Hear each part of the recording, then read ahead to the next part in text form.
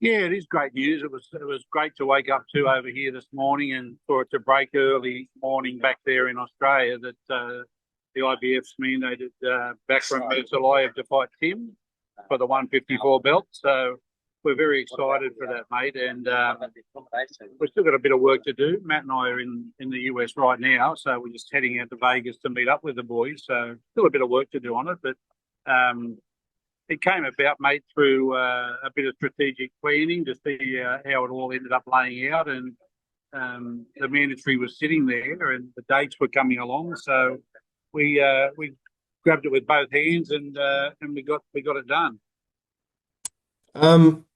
Have you had a chance to speak to Tim? Obviously, he must be pretty happy with this outcome. Yeah, we spoke to Tim as soon as the IBF letter arrived, mate. Yeah, he's very happy. Coach Igor is very happy. It's a great outcome, considering it really does give Tim the chance to get back to where he was as one of the world champions at 154. Bakhram Murtazaliev has been the IBF belt holder for a little while now, so it'll be a good challenge. Every one of those champions in the 154 is a good challenge, and Timmy's really looking forward to it. He's got a little extra kick in his step today. Do you think this could be perhaps the most important fight of Tim's career? Yeah, I really do, mate. I think when you reach that point where you've been the world champion and you have the circumstances such as the Fundora fight, it's hard to consider yourself to not be the champion still.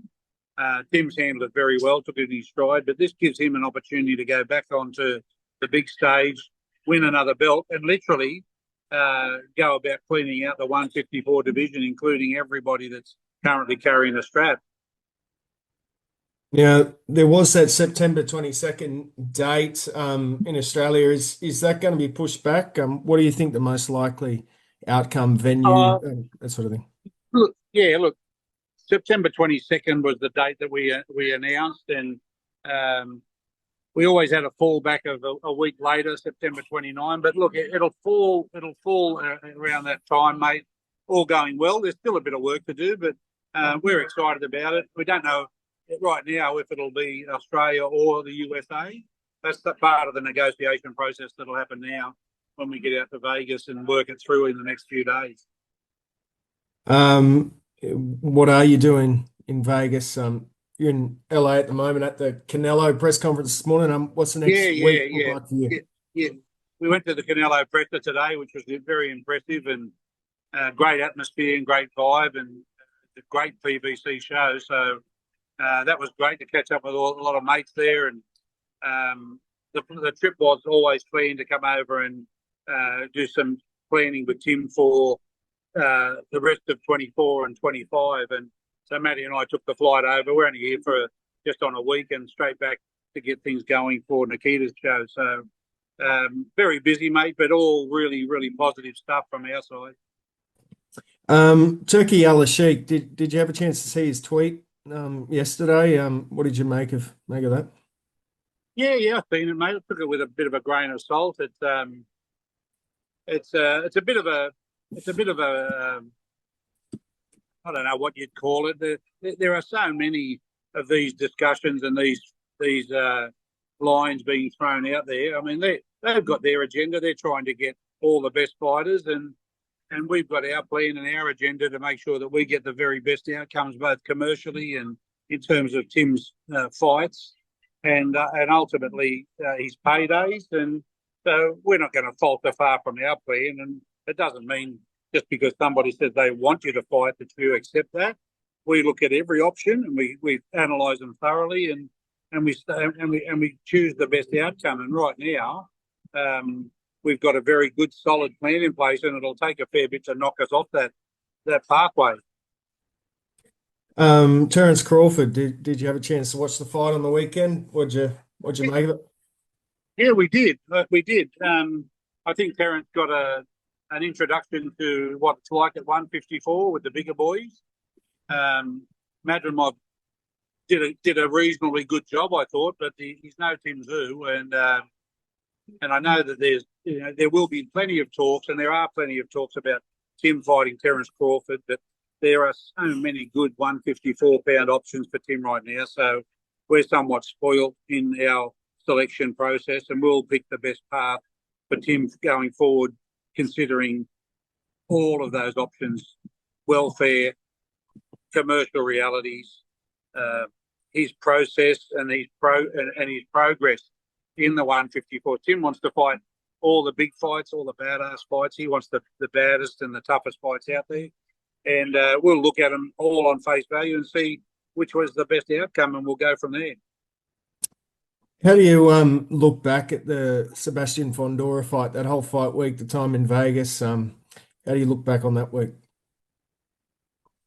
It was not the outcome we'd hoped for. Nobody could have dreamed in their lifetime that you'd get that sort of a damage injury to the top of your head from a slicing elbow. But take that out of the equation. I thought Tim absolutely dominated that fight, and the whole thing changed on that cut. And it's an experience that we've lived through and come out the other side stronger and better.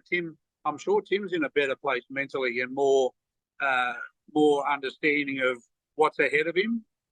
So we take all the positives out of it. We don't dwell on the negatives. There's not too much negative to talk about. We're moving forward, and Tim's future is very, very bright, mate, and the options that are available, and through a lot of hard work from Matty Rose and the No Limits team and myself, we just keep chipping away. We're at strategic planning every day of the week for Tim and Nikita and our fighters. So we're very excited about what lays in front, mate, and I think the Australian public are going to love what's ahead. We saw Tim doing some work with Costa a couple of months ago now. Do you expect to see him perhaps featured in the build-up to this fight? I don't think so, mate. Look, it's possible Cos might turn up. It's very difficult for him to do that. There's a lot of circumstances just with where he is in Russia, and there's a lot of circumstances. But look, if he turned up, he'll always be welcome to turn up. But we are a very small team, and we've been the same team now for 7 years, and so we keep it very tight. And Coach Igor runs the show in terms of the fight nights, and Costa would be welcome to come along and support, but it would be very much within our framework of where we already are. Beauty. Nikita Tszyu, his fight coming up a few weeks now. How's he looking? Sparring beautifully, mate. He's working really, really well in Vegas. He's been performing beautifully. He's in great shape. He's in great physical and mental shape. I'm expecting a barn burner from Nikita. I think it's going to be a cracker of a night, a great card, and it's certainly a show that if you haven't been to a No Limits show, this is one you'd probably want to come along to, because there's a lot of good fights on this one, and it's going to be a great night. And I'm sure Nikita is ready to take care of Cohen Mazudia and keep on moving forward on his path. Beauty. Thanks so much, mate. Appreciate your time, and have fun in Las Vegas. Yeah.